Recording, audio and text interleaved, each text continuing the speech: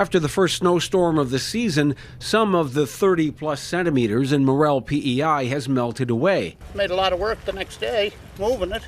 The heavy, wet snow that remains is easier for residents to take as long as their roads have been cleared. The plows, they turn around right at our house, unfortunately, so we got to see it a little bit, but they do hit the highways pretty quickly. Some Canadian cities are straining to stay on top of snow removal. Labor shortages that intensified during the pandemic now include plow operators. The city of St. John, New Brunswick suggests plow parts and drivers are both an increasing concern. The challenge we have is the ability to ramp up according to a snowstorm. We just don't have that, so the redundancies aren't there. In Nova Scotia, high winds and heavy snowfall knocked out power to thousands of people. And with winter just beginning, getting rid of all that snow means closing a labor gap. The Nova Scotia Department of Public Works admits more operators are needed, but says we're confident that we'll continue to meet our level of service standards. In Canada's largest city, Toronto, there are also fewer plow operators. As commuters navigate a combination of rain, freezing rain, and snow, Toronto Transportation Services says a new zone system doesn't require as many plow drivers. It's the nature of how we organize and structure the contracts. So it is a little bit less than it was last time.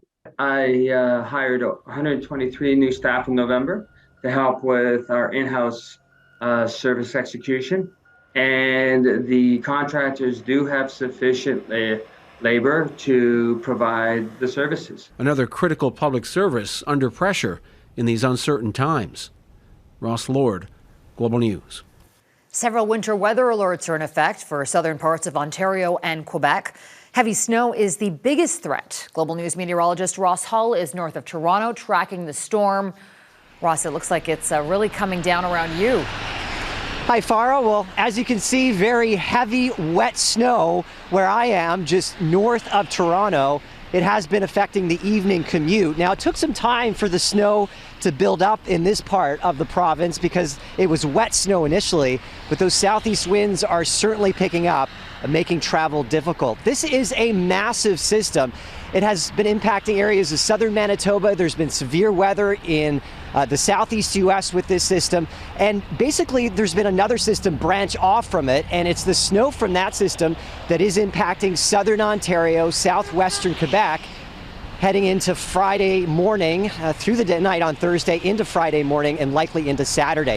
Heaviest amounts will likely be around Ottawa, where there's the potential for 15 to 25 centimeters of snow. Montreal could see 15 plus for that morning commute. Ottawa will be impacted too. And all of this will be moving towards New Brunswick by Saturday. So definitely some messy winter weather in place for millions of Canadians tonight into Friday and likely lasting into early Saturday.